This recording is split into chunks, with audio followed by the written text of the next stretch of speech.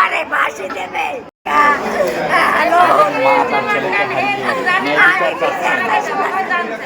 আমার বাবার আপনি কি বিচার চান? আমার বাবার কি বিচার চান? আমি বিশ্বাস করি ওরে ফাঁসি দেবে, ওরে ফাঁসি দেবে, ওরে ফাঁসি দেবে আমার বাবার। আমারে মারতে গেছে, মারতে যাওয়ানে আমি ডাক দিয়ে দৌড়তেছি, তখন ওই সামনে খারাইছে যে মারামারি করবে না, তখন ওরে সরাই বই দিয়েছে। জমা জমি কিছুই পায় না, খাম খেলাবি যাবে কয়। কতটা জমি দাবি করে? জমি মাত্র 10% দাবি করে। যে মারছেন নাম কি? মানুল্লাহ কয়জন জমি ছাড়ি গিয়া। যে মারছেন নাম কি? মুনসুর। আপনার কি হয়? আমার আপন ভাই। আপন ভাই। হ্যাঁ, আপনি কি বিচার চান? আমি বিচার চাই, আর ওর ছেলে অর্ডার দিয়েছে ফোনে, এর প্রমাণও আছে। কি বিচার চান? বিচার চাই, এই ফাঁসি চাই, ফাঁসি। আমার বাবার ছাড়াইতে গেছে, আমার শাশুড়ি শ্বশুরবাড়ির মারামারি করার জন্য ঠিক আছে, আমার বাবা ছাড়াইতে আমার বাবার ছোট মারছে।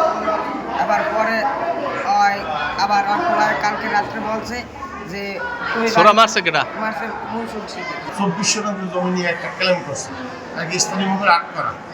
জমি জায়গা সে পায়নি, না পাওয়ার পরে জমি আমি এই যে মার্ডার হয়েছে তাদেরকে জমি মার্ডার হয়েছে নাম কি? মার্ডার হয়েছে ওর নাম জহির জহির। জহির বাহালি। তাদেরকে আমি দিয়ে দিছি, দিয়ে দেওয়ার পর তারা 60 বছর ধান নিয়ে কিলোম ধানও দিয়ে দিচ্ছে।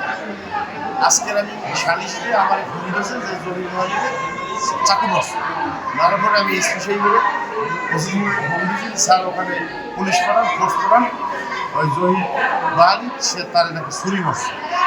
একবারে স্পেশালি পুলিশ করে এসে পুলিশ করে আটকেই রেখেছে, আটকেই ধরিয়ে এবার আমি থানা নিয়ে আসছি।